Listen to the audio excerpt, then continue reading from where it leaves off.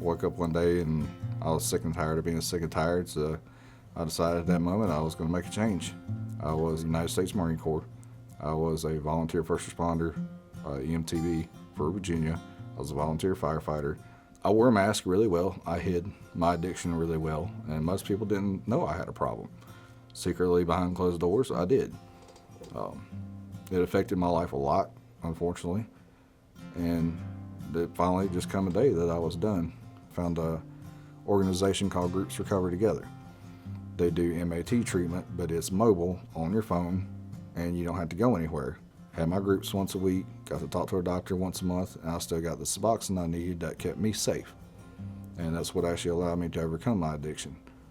And I stayed on Suboxone for 2.5 years and finally made the decision I don't want to be on it anymore. I was healthy, I was stable, I got this job now, and we titrated myself off of it, and now I've been free of anything going on about 1.5 years.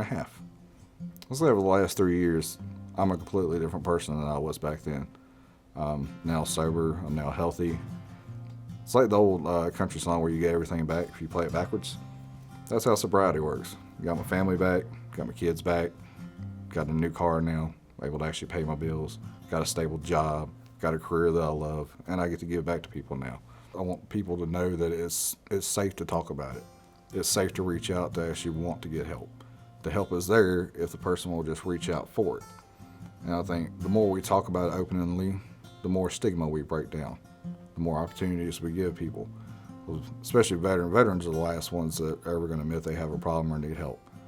Your first responders, same line of service. They're not going to ask for help.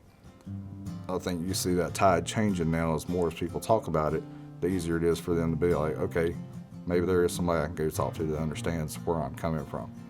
My place of recovery, I would honestly say my home in Patrick County. I mean, that's where I found recovery, that's where I found sobriety. It's also where my active addiction was. So really, my place of recovery is Patrick County. And now I would also say my place of recovery is right here at Piedmont. That's where I get to do my work every day. I'm surrounded by people that do the same work.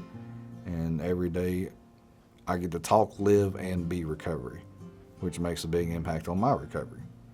Starting school again, that's something I never thought I'd be doing at 36 years old, going back to college full time.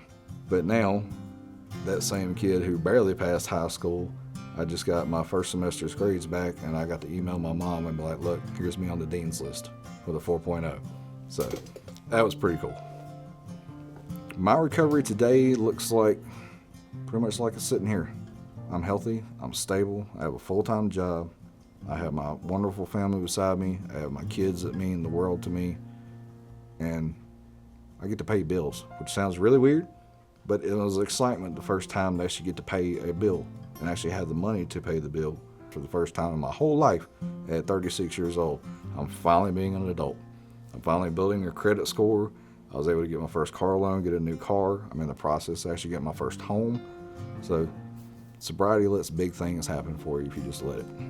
Recovery is here.